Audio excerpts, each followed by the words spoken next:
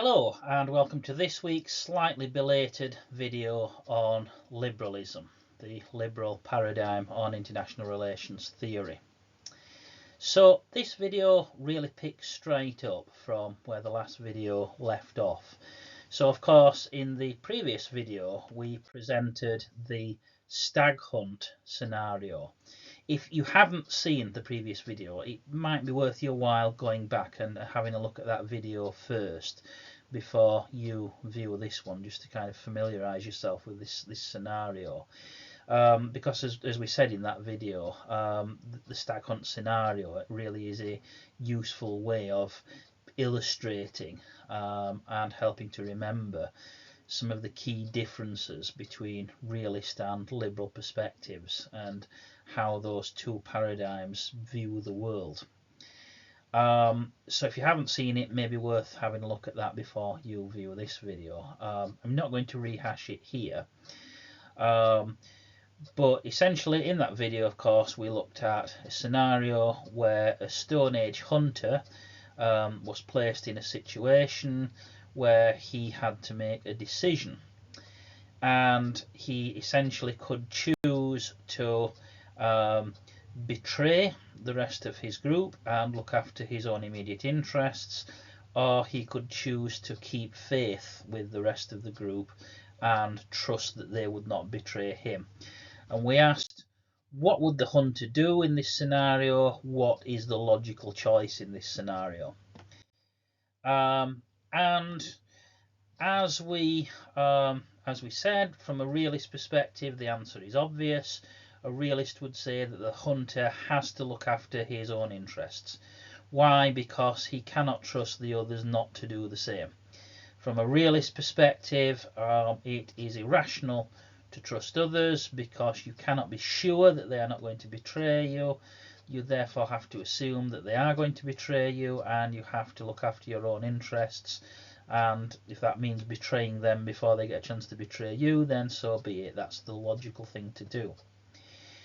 But of course, we said the problem with this is that there would be future consequences for the hunter's actions. If he did betray the others, the chances are, assuming that they didn't all starve to death, the chances are that he would at some point run into them again. And there would be future consequences for the decision that he made that day. They certainly would never work with him again, but more than that, they might even attack him. They might even kill him for having betrayed them. So there are going to be future consequences for present actions.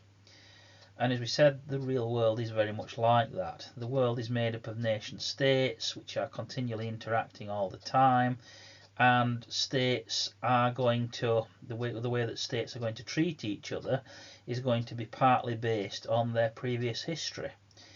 If they've had a previous history of cooperation, then maybe they're more likely to trust each other and cooperate in the future. On the other hand, if they've had a previous history of conflict, then that is going to guide the way that they view each other and respond to each other as well. So again, this teaches us some important lessons about international politics, because whereas realists say that no progress is possible, states can never trust each other, liberals would say, well, actually, very often cooperation is the rational choice, and states are rational enough to see that cooperation is the rational choice. And again, based on their past history of interaction, they, even if they didn't trust each other to begin with, there's the possibility for them to learn to trust each other over time. So that takes us on to some of the kind of core assumptions of liberalism in IR. So first of all, I think it's true to say that liberalism, and particularly classical liberalism, tends to take a much more optimistic view of human nature compared to classical realism. Classical realists, of course, argue, basically they take what we might call a Hobbesian view of the world, named after Thomas Hobbes, of course. The idea that human beings are inherently selfish, self-interested, self-serving, prone to conflict, prone to violence, can't be trusted, essentially. A pretty pessimistic view of human nature, and that conflict in the international system flows from this basic truth about human nature. That's the realist perspective. Liberals, much more optimistic. Liberals believe that humans are generally rational, capable of cooperation, and more than that, that they can see that cooperation is the rational choice. And also that human beings are essentially social creatures. We inherently are evolved to work in groups, to cooperate, to work together, and this view of human nature, this more optimistic, cooperative view of human nature, underpins the liberal belief that there is a real possibility for peaceful cooperation and progress at the international level. Liberals also emphasise the concept of interdependence. We'll come back to talking about interdependence a little bit later on. But liberals argue that essentially that states recognise that they are dependent on each other, particularly economically. There are virtually no states that are isolated from the rest of the world system. States trade with each other, they are dependent on trading with each other, because there are very few states that can produce everything efficiently from their own efforts. Very few states are self-sufficient in everything. Therefore, states need to trade with each other, and the fact of interdependence means that free trade is, again, the rational choice. Free trade is the route to economic progress, the route to prosperity, the route to increasing wealth for everyone, and liberals argue that states are rational enough to recognise this as a fact, and that they will therefore work together to facilitate cooperative trade relationships and other kinds of peaceful cooperation as well. So that brings us on to talking about international law and norms. So liberals believe in the possibility of, again, through ongoing interaction between states, the development of norms. So norms being essentially rules of the game and expectations. They may not be formal rules, they may not be written in a formal treaty, although they could be, but they may just be informal understandings about what to expect from each other. But either way, states learn through their cooperative interactions what they can expect from each other. They learn what the written or unwritten rules of the game are, and they tend to stick to these rules. And the development of norms ultimately can lead on to the development of formal international law through treaties, and ultimately to the development of international institutions. So actual formal international organisations to facilitate cooperation in all kinds of different areas of international relations. Liberals also believe quite strongly in the idea of democratic peace. So the idea of democratic peace theory is based on the observation that democracies do not usually wage war upon one another. Now, this is largely correct. This is largely empirically demonstrable. We may be able to find a few exceptions, but for the most part, it is true that historically democracies have not tended to fight each other. Liberals argue that there are a number of reasons for this. First of all, democracies tend not to act as predators in the international system. They tend not to have a kind of an imperialist mentality to start with. and democracies tend to respect each other's legitimacy, mutual respect among democratic governments for each other's kind of legitimacy, so they don't seek to conquer one another or interfere in each other's internal affairs. But also the idea that citizens, if they are given a choice, will not tend to vote for war or for warlike leaders.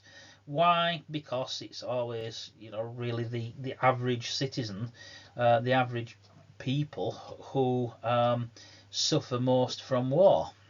Who actually fights the wars, who are the people who get conscripted to go and fight the wars. Again, the kind of general population. People aren't going to vote to be conscripted. They aren't going to vote to see their sons and daughters conscripted. They aren't going to vote to have their house blown up, to have their town bombed. They aren't going to vote for the horrors of war, basically. So given the choice, citizens will not vote for warlike leaders or for warlike policies. They will tend to vote for peaceful approaches instead. That's the theory. Now in practice, I think we can find examples from history, perhaps even recent history, where citizens in democracies have actually voted for quite warlike leaders and warlike policies. So I don't think this always holds true. But nonetheless, it is empirically demonstrable that for the most part, democracies don't fight other democracies. So this, again, is an important plank of liberal approaches, the idea that if democratic systems of government spread across the world and more and more nation states become democracies, then this will reduce the likelihood of war and conflict. Liberals, again, as I've already mentioned, liberals are also very keen on free trade. Liberals, unlike some other paradigms, liberals see free trade and economic globalization as a good thing. Free trade, free market capitalism as the means towards enhancing prosperity and increasing wealth and lifting the poorest out of poverty and so on. But also as a means for ensuring cooperation and peace. Liberals believe that trade and the benefits of free trade and the rationality of cooperation, the reality of interdependence, means that states can see the rationality of cooperation, and this therefore gives them an incentive to reduce the likelihood of conflict by setting up international agreements and international institutions to facilitate free trade, but also then leading on to political cooperation as well. So this takes us on to so-called commercial peace theory, the idea of commercial peace, the idea that by fostering economic links and free trade links, this will also lead on to the development of political cooperation also. So coming back to the concept of norms, so again, the idea of norms being very important to liberals. The term norm is related to the term normal. What do we consider to be normal behaviour, expected standards in the international system? So this basically includes expectations around what is considered to be expected behaviour. And this can include questions around morals and expected standards of ethical behaviour in the international system. And norms can form the basis, again, for building formal international institutions, international organisations, creating international law, and ultimately building what we might call a rules-based international order. So some of the norms that are particularly important to liberals include behaviour like respect for human rights, upholding standards of human rights, Also things like environmental sustainability, and of course democratization as well, the spread of democratic systems of governance, free trade, another norm which of course is important to liberals. So norms forming ultimately the basis for building stable institutions. And again, liberals are very optimistic about the prospects for institutions to be created which will facilitate peaceful cooperation in the international system. So we have, on one side of the debate, we have Robert Kahane and Lisa Martin, who are liberal scholars. They produced an article entitled "The Promise of Institutionalist Theory," which explains well, as it says in the title, the potential, the perceived potential for the building of international institutions to kind of act as a basis for a peaceful world order. On the other side, we have realists like John Mearsheimer. Mearsheimer wrote a kind of direct response to Kahane and Martin's article. Mearsheimer's response was called "The False Promise of International Institutions," because to a realist like Mearsheimer, institutions ultimately make no difference to the underlying power struggle. So, of course, realists acknowledge that institutions exist, but they don't see institutions as really making any fundamental difference. They essentially believe that institutions are effectively controlled by the great powers. And that meaning in particular in the sort of latter part of the 20th century and into the 21st century, in particular the United States. So the United States acting essentially as a global hegemon, what we call a hegemon, which means kind of the dominant power, being able to impose order on the rest, create international order, create international institutions like the United Nations, essentially, or institutions like the IMF or the World Bank, which realists essentially see as instruments of hegemonic power. In other words, power tools which can be exploited to serve the purposes, serve the interests of the powerful states. So if institutions matter at all, they matter only as instruments of power for the hegemonic powers. Whereas Kahane and Martin and other liberals likewise believe that international institutions like the UN make a genuine difference in the world, that they represent genuine long-term international cooperation where every state at the table gets a legitimate say in matters, gets a voice, and institutions foster genuine cooperation rather than simply being instruments of dominance for the hegemonic powers. This then brings us on to talking about collective security, which is a collective security organisation is a particular kind of international institution designed to uphold international security. And first of all, we need to kind of understand the difference between the terms collective security and collective defence. Now, students often confuse these two terms because they sound very similar, but they are in fact quite different. They are pretty much diametrically opposed. The idea of collective defence represents a realist model, a realist perspective on security, and collective defence deals with essentially old-fashioned alliance systems like, for example, NATO, whereas collective security is the liberal approach and takes a quite different approach to international security. So to illustrate this, to illustrate the difference between the two approaches, let's imagine we have a hypothetical world system made up of a number of states A to H. And in our hypothetical world system, let's imagine that a few of the states, let's say state A, B and C, decide to form a defensive alliance. So this is a collective defence system. And the way that collective defence works, a few like-minded states form an alliance.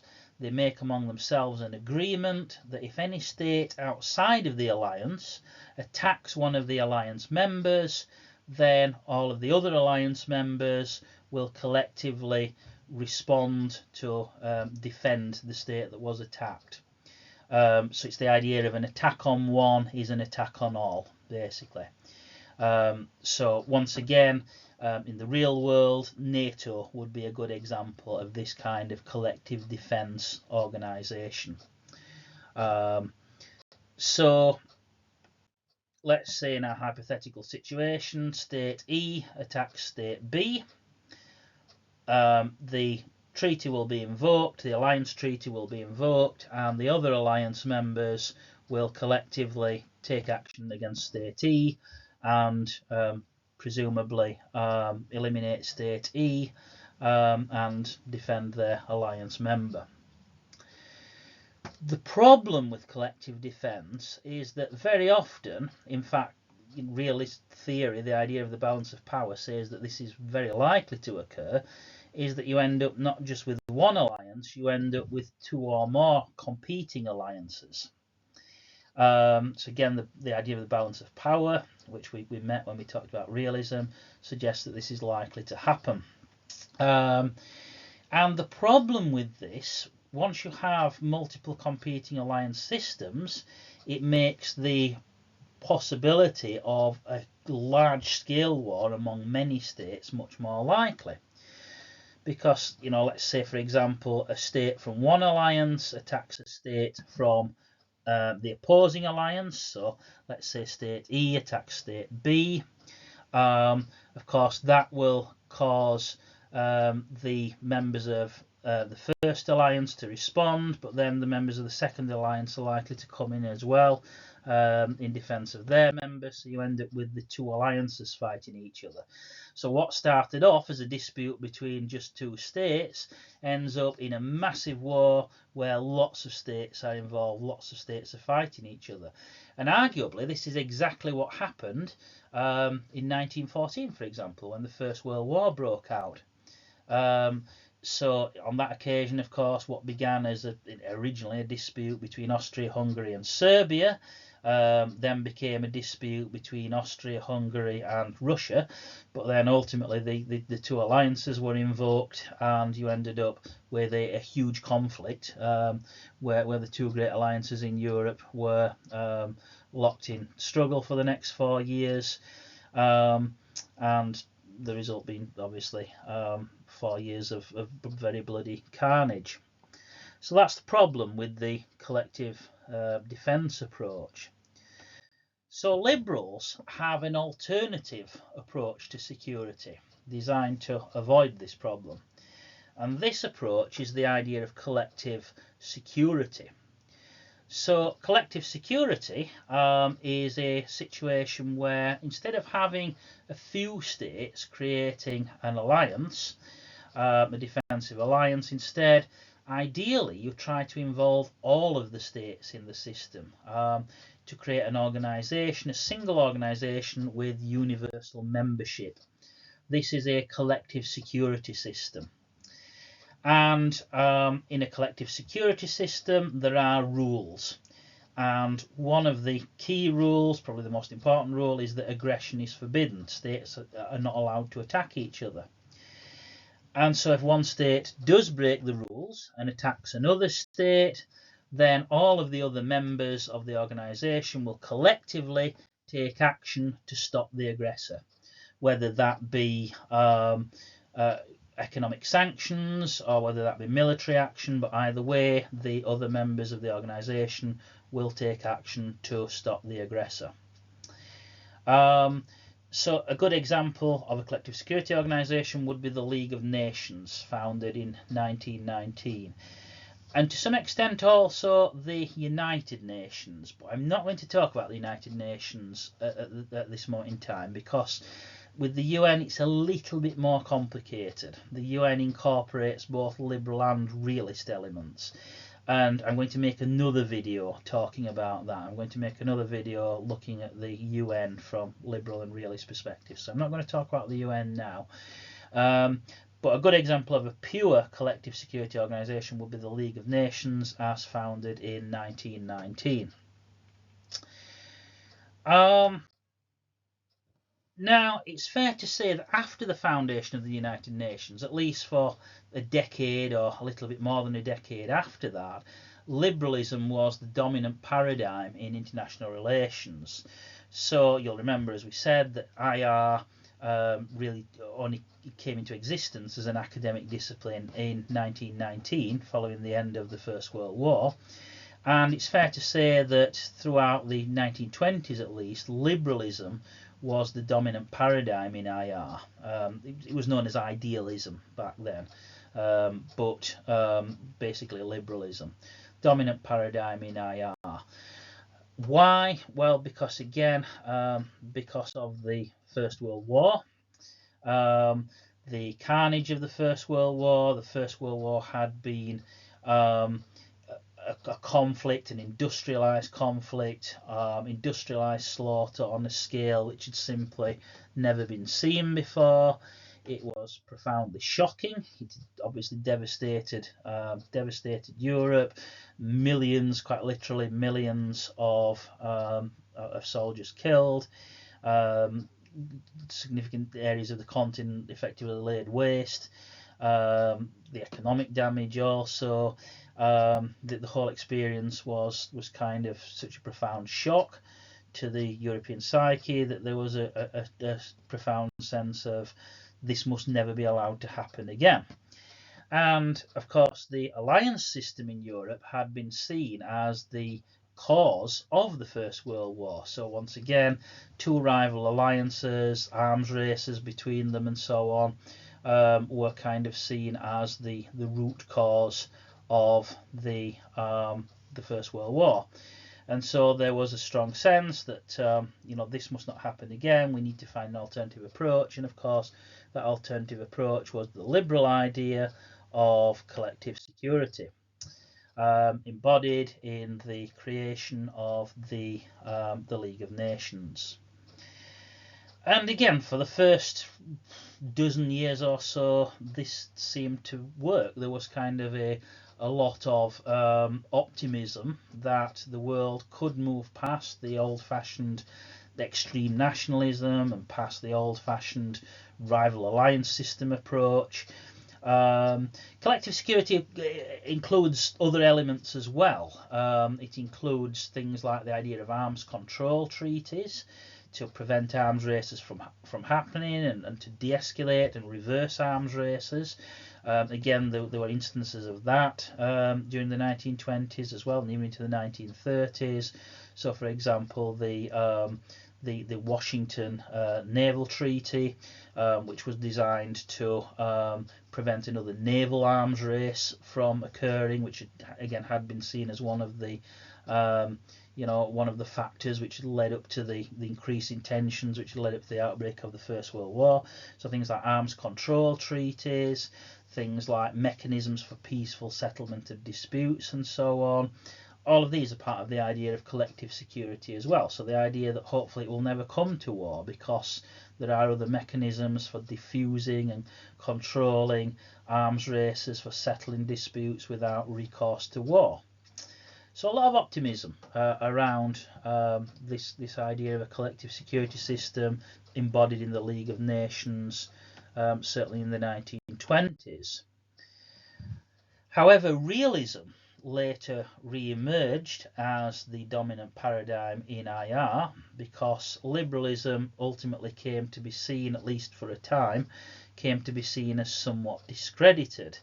Why was this? Well, of course, the League of Nations and the collective security system and all of that ultimately didn't work out all that well. The part of the problem was that, first of all, the membership wasn't universal, in that the United States never joined, which which is a bit ironic because the idea for the League of Nations was originally the idea of Woodrow Wilson, who was the US president at the time. But the US didn't actually join because Congress blocked it. So the US never joined. So you had, one of the major powers even then not a member at all. The USSR was a member for a while, but then dropped out under Stalin. And then later, Italy under Mussolini withdrew, Germany under Adolf Hitler and the Nazi regime withdrew, Imperial Japan withdrew.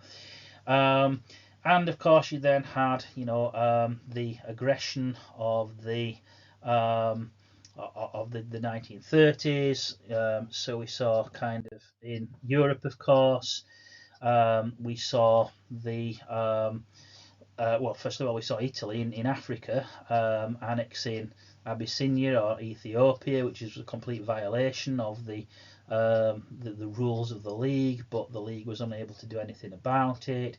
Of course, we saw Hitler making increasing demands for territory in Europe, which kind of culminated ultimately in the invasion of Poland in 1939 and the outbreak of the Second World War in Europe.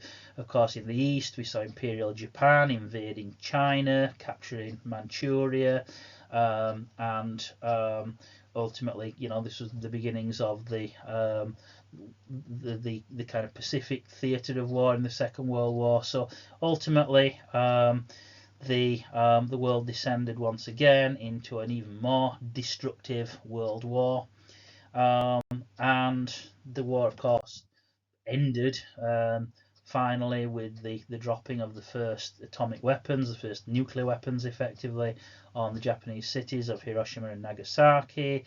And then following that, of course, we were into the Cold War period, so back to a divided world, rival alliance systems, balances of power, arms races, all of that.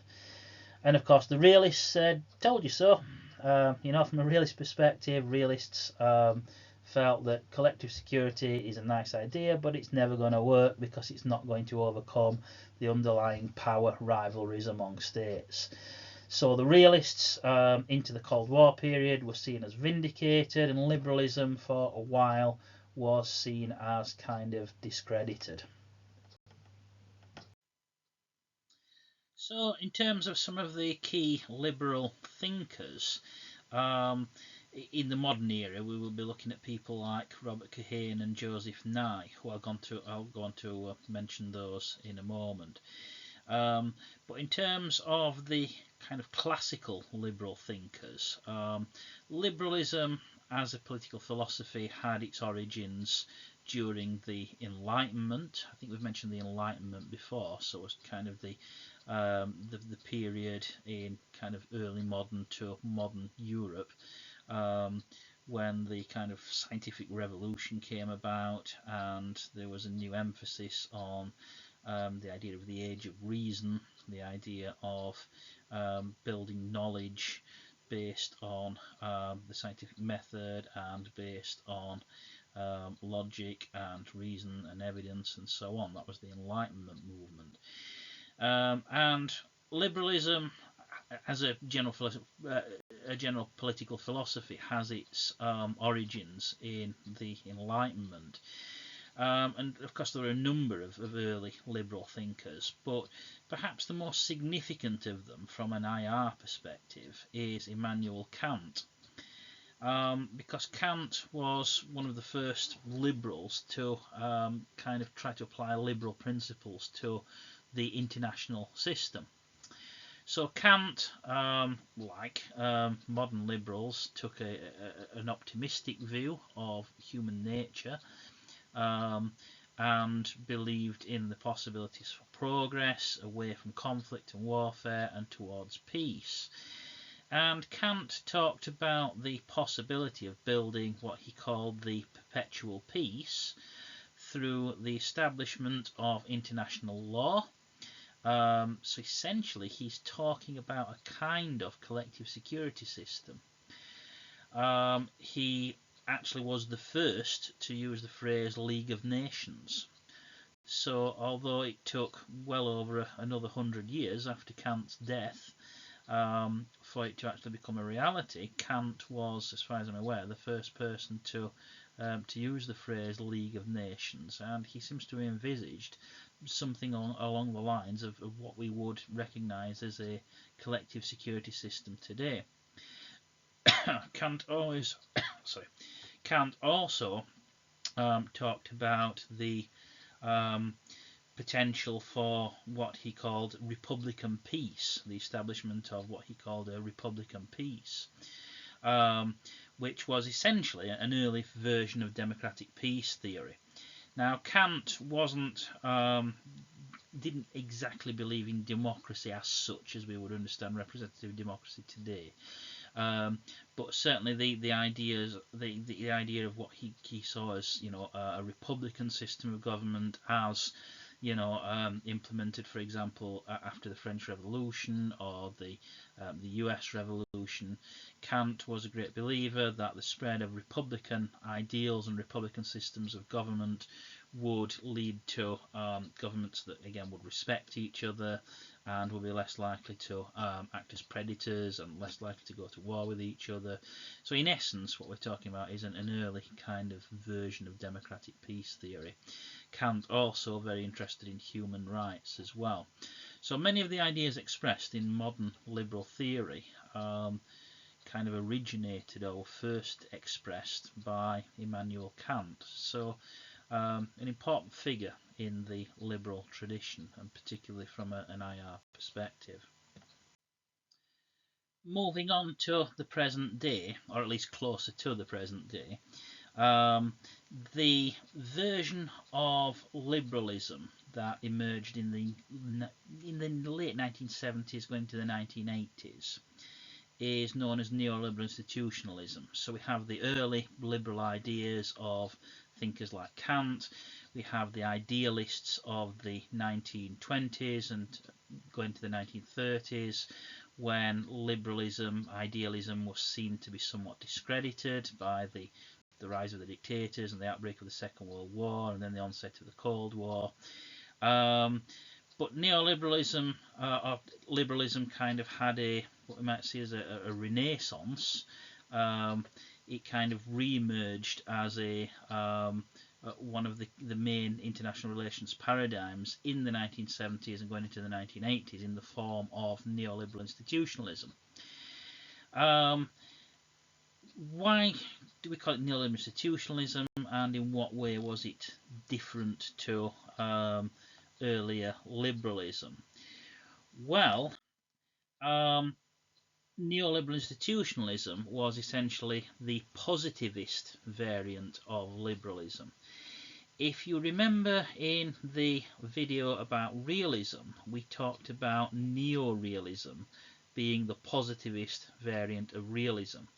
And what we said, what we mean by positivist, is the idea that positivists seek to build what they see as scientific theory. Positivism is essentially the belief that the scientific method can be applied to the study of the social and political world. And as far as IR is concerned, the main two positivist paradigms are neorealism and neoliberal institutionalism. And what do they mean by building scientific theory of the world? Well, the idea is that from a positivist perspective, theory has to be built on the basis of reasoning and rational deduction based on logic. So the old ideas about human nature and so on, all of that was thrown out because that was not seen as being scientific.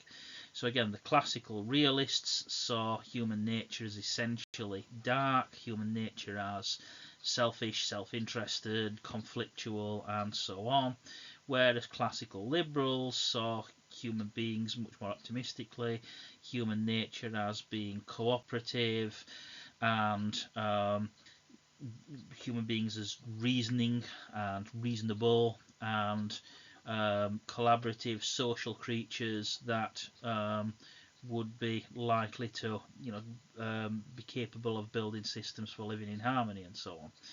So, the kind of starting point for the difference between classical realism and classical liberalism was this different understanding of human nature, different beliefs about human nature. But again, the positivists threw all of that out. They said that human nature essentially is not, is based on beliefs, and this is not scientific. So in order to build scientific theory, positivist theory of international relations, we need to base our theory solely on the idea of logic and working out what are the logical, rational choices and likely outcomes in the international system, based on some basic assumptions. So both neo-realists and neoliberal institutionalists start from the same starting point. They both believe that the world is made up of sovereign nation states in a situation of anarchy. So certainly at the start, there is no world government, there is no authority above and beyond that of the nation state, a situation of anarchy. And the other important assumption is that state actors are rational.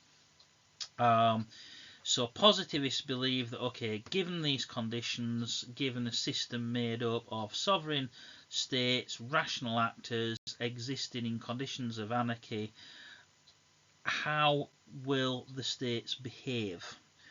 What are the logical choices, given that they are rational actors, what are the rational choices that they can be expected to make? And this is where the two paradigms differ. To a neo-realist, the logic of anarchy, as we said in the previous video, the logic of anarchy is for actors, for states, not to trust each other. If you cannot be sure that another state is not going to be a threat, then you have to assume that they are a threat, and you have to look after your own self-interests. This leads to, obviously, to mistrust, to power politics, to competition, to arms races, and all the rest of it. Balances of power, all of it, all flow from this basic assumption that states cannot trust each other and therefore must act in a certain way. And they must, assume that they live in a world where they're surrounded by threats and act accordingly. Neoliberal institutionalists, again, start from the same starting point, but they disagree on what the rational choices are under these conditions. So to neoliberal institutionalists, the rational choice is to cooperate. So neoliberal institutionalists believe that states will choose to cooperate, not for altruistic reasons, not for human nature reasons, because humans are nice and want to do the right thing and all of that, not for moral reasons or ethical reasons, none of that, simply rather states will cooperate simply because cooperation is the rational choice under conditions of interdependence. Neoliberal institutionalists believe that states, being rational actors, will be rational enough to see the logic of cooperation. And the key to this is the idea of interdependence. And this idea of interdependence particularly was a central plank of the work of Robert Kahane and Joseph Nye, who produced a seminal article back in 1977 called Power and Interdependence. The idea of interdependence is based on a recognition that states cannot be self-sufficient, that states are dependent on each other, particularly to produce the products that they cannot efficiently produce for themselves. And because states are inextricably tied together by trade, by economic interdependence, it makes no sense at all for them to fight, and it makes a lot of sense for them to cooperate for mutual benefit. So to illustrate this, let's imagine a simple system where we have country A and country B and country C. So let's imagine that country A is rich in iron ore and also has an industrial base. So country A is able to produce things like steel, but also manufactured goods. This is an industrial economy producing steel manufactured goods. Country B doesn't have an industrial base as such, a manufacturing base, but it does have a lot of oil reserves and the refineries and the means to extract those. So country B primarily produces a lot of oil and oil products, petrol and diesel and so on.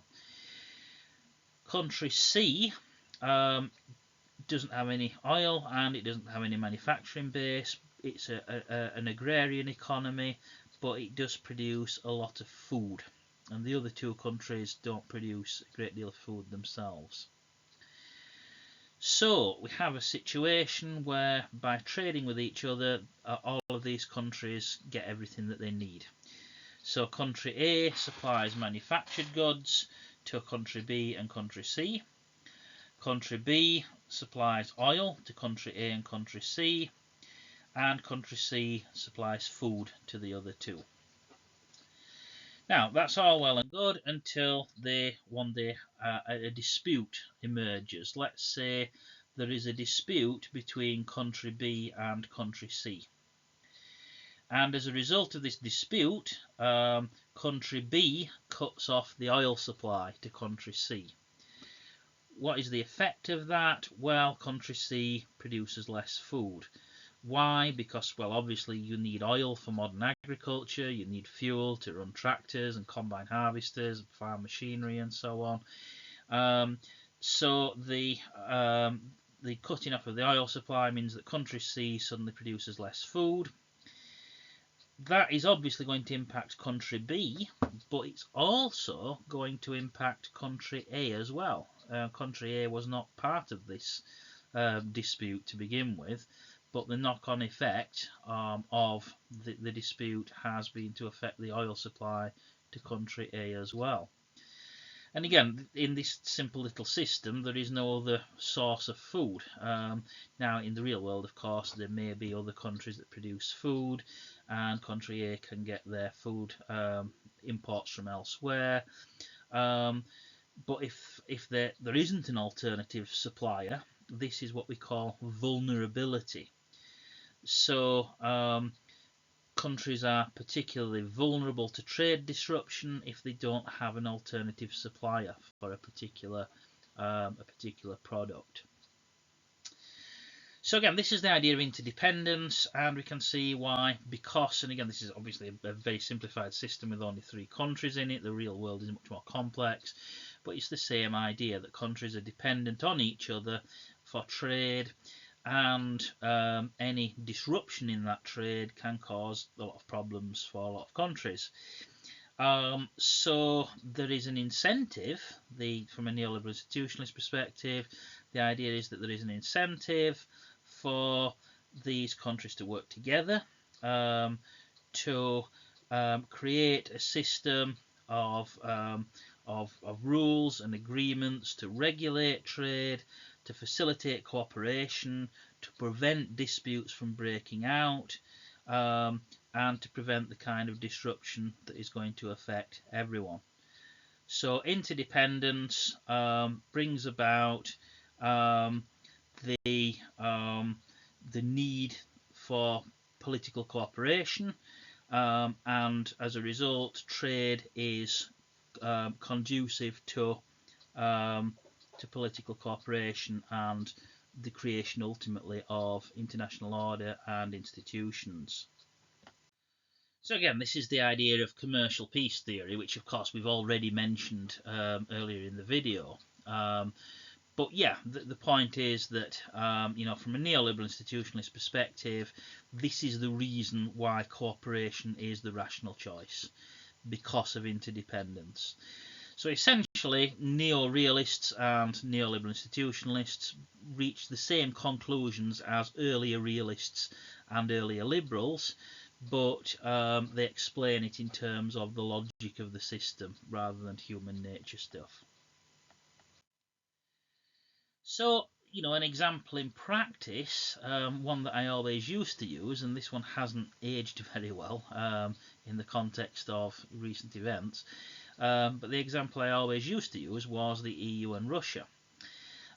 So a great many EU member states are, or at least were, heavily dependent on Russia for oil and gas imports.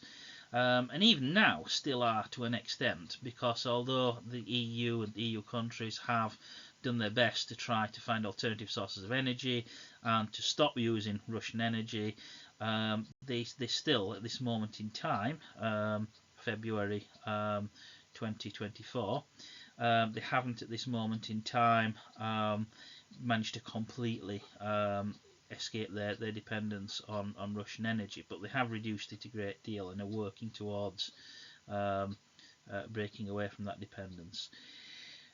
But still, again, this didn't and couldn't happen overnight. Russia, for its part, I always used to tell students that Russia was dependent on the EU to buy its oil and gas. So yes, the EU needed Russian energy, which might seem to give all of the advantages to Russia, but of course it was a two-way thing, because Russia also needed EU money, and without that, also, I used to argue, the Russian economy would collapse. Now, of course, that hasn't happened. We've seen the sanctions on Russia. We've seen the EU member states drastically reducing their reliance on Russian energy. The Russian economy hasn't collapsed. That's because, this is a good example of the idea of vulnerability, that's because Russia has other customers for its oil and gas. In particular China and India. Now, if China and India had kind of joined in the sanctions and the efforts to kind of isolate Russia economically, in other words, if China and India had refused to buy Russian oil and gas, then Russia would have been in a much more sticky situation. Russia would have been much more vulnerable. But because it had alternative customers, Russia wasn't quite so vulnerable as previously thought.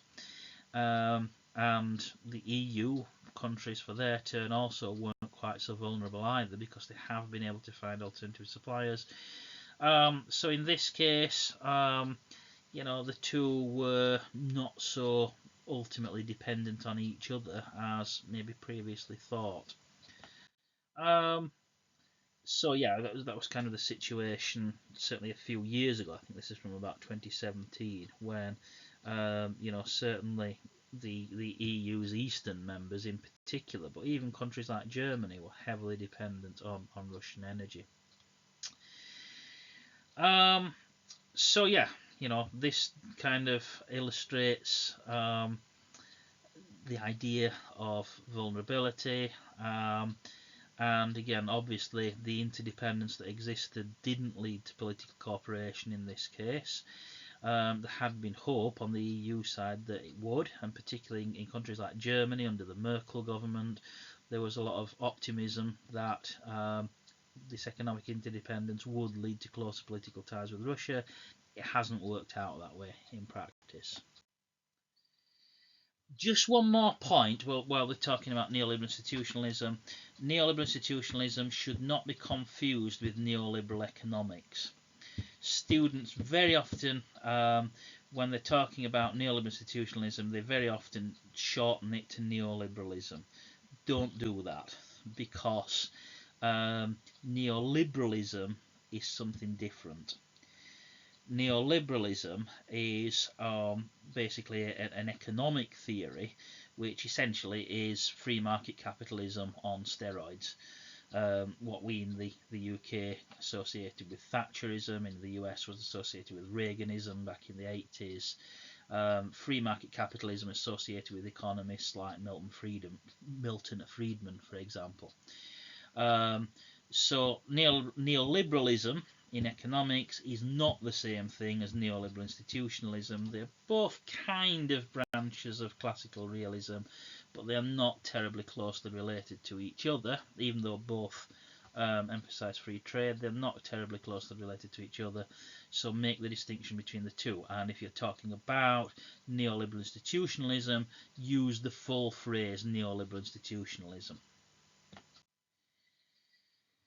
The idea of the zero-sum game, this kind of really illustrates the different ways in which realists and liberals see the world, and this kind of gets to the heart of why liberals believe that cooperation is beneficial and realists don't really see things that way. So what we mean by a zero-sum game, a zero-sum game is a situation in which gains are relative. What do we mean by that? Essentially, in a zero-sum game, so in other words, from a realist perspective, if one actor, one state gains something, the others automatically lose. Why is this? Well, of course, from a realist perspective, it's a competition for power, it's a competition for strength. States are competing against each other, so if one state gains something that will give it an advantage, it automatically becomes stronger relative to the other states. And if and that being the case, as a consequence, the other states automatically have become weaker relative to the state that has become stronger. So if two states gain something at the same time, so let's say we've got state A and state B. Let's say state A grows its economy by 10%. And a stronger economy, of course, means that the state is more powerful, ultimately can fund a larger military and so on. So once state A has grown its economy by 10%, state B also grows its economy, but only by 5%. From a realist perspective, state B has lost. Even though it's gained something, even though it has grown its economy by 5%, state A has grown its economy by more, by 10%, therefore state A has pulled ahead. State A has got stronger relative to state B, therefore state B has got weaker relative to state A. So even though state B has grown its economy by 5%, overall it is lost. That's the idea of a zero-sum game. A zero-sum game. Whereas from a liberal perspective, it's possible for everyone to gain at the same time. So liberals like Kahane and Martin would say that actually, if state A gains 10% and state B only gains 5%, well, state B has still gained 5%. So liberals see things in absolute terms. They say it doesn't matter necessarily if one gains more than the other, so long as both gain. Both have gained something.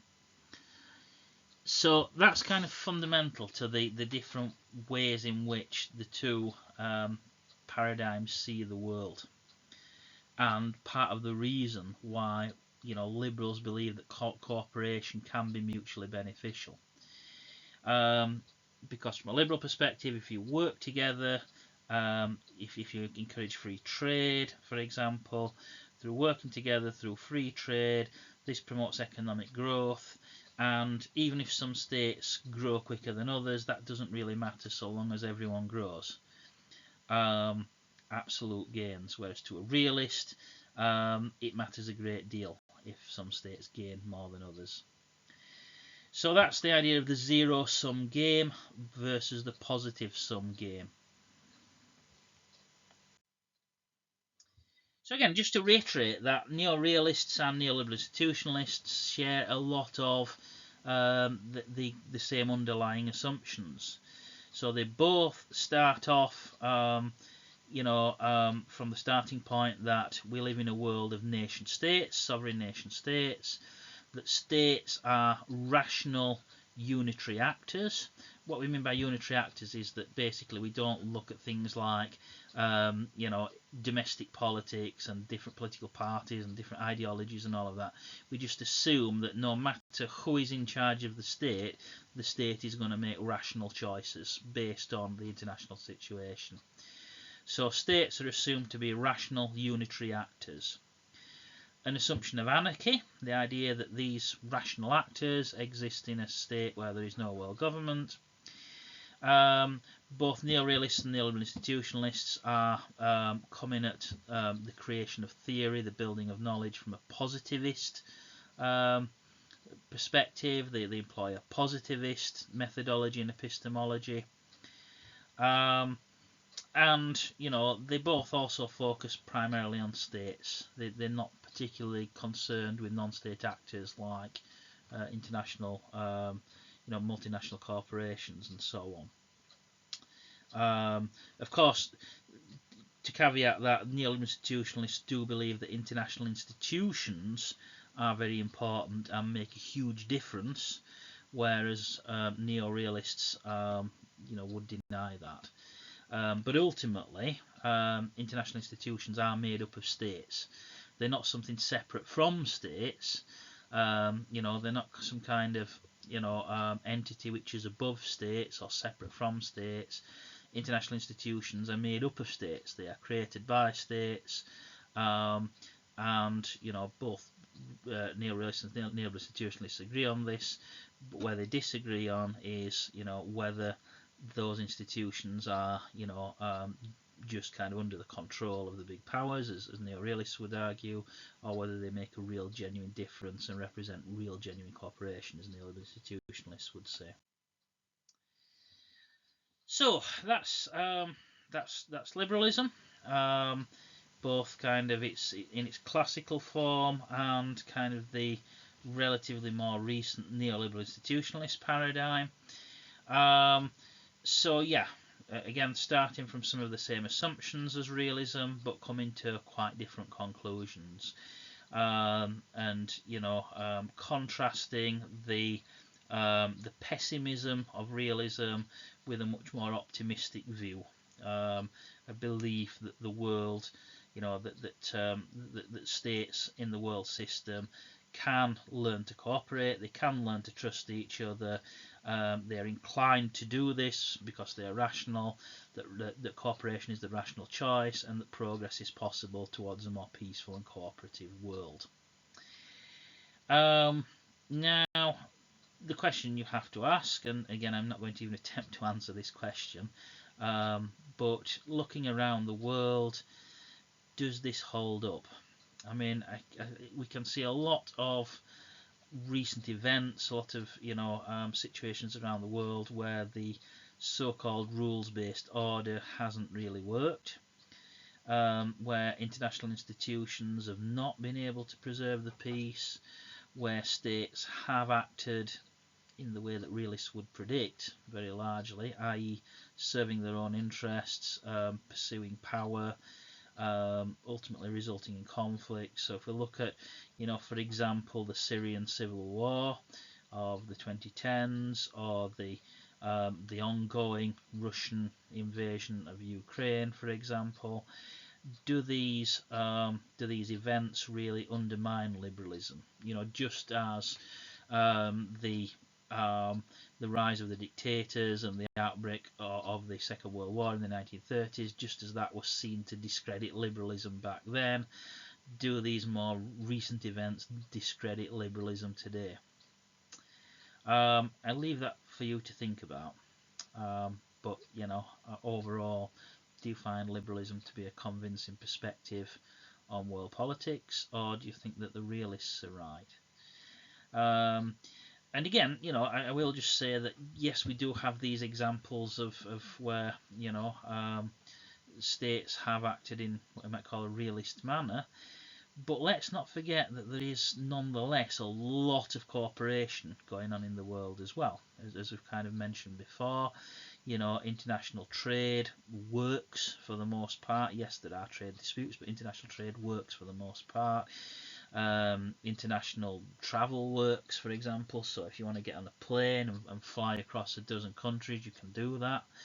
You know, international communications work, the internet works. You know, and in a great many respects, states do arguably work together a lot more than they fight. Yes, conflict is a thing. Yes, the rules do break down sometimes.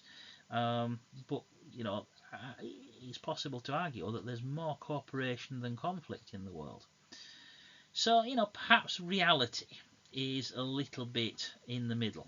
You know, perhaps the realists make a lot of valid points, but perhaps the liberals have some valid points as well. And maybe the real world is somewhere in between. You know, maybe it's sometimes conflictual and it's sometimes cooperative. Anyway, I'll leave it to you to kind of consider those questions further. Okay, so that brings us to the end of this video. So once again, if you have any questions or comments, observations, anything that you'd like to share, please do that in the comments section below. And the next video, I will be kind of moving on to talk about some of the more radical, some of the more critical paradigms in international relations, which kind of challenge the traditional realist liberal debate. And we'll get onto those in some of our future videos. Prior to that, though, I would like to just make a quick video about the United Nations, because the United Nations, as I kind of mentioned earlier on, the United Nations is interesting in that it kind of, to some extent, combines elements of both liberalism and realism. So I want to make a fairly short video just looking at the UN case study. So I think that will probably be the next video. But after that, we'll then move on to look at some of the more critical paradigms, like neo-Marxist approaches, dependency theory, and world systems theory, and so on. Things like constructivism, things like feminism, things like post-colonialism. We'll get onto those also a little bit further down the line. So thanks for viewing, and again, if you have any comments or questions or anything, please share those below. And I'll see all of you in the next video. Thanks very much.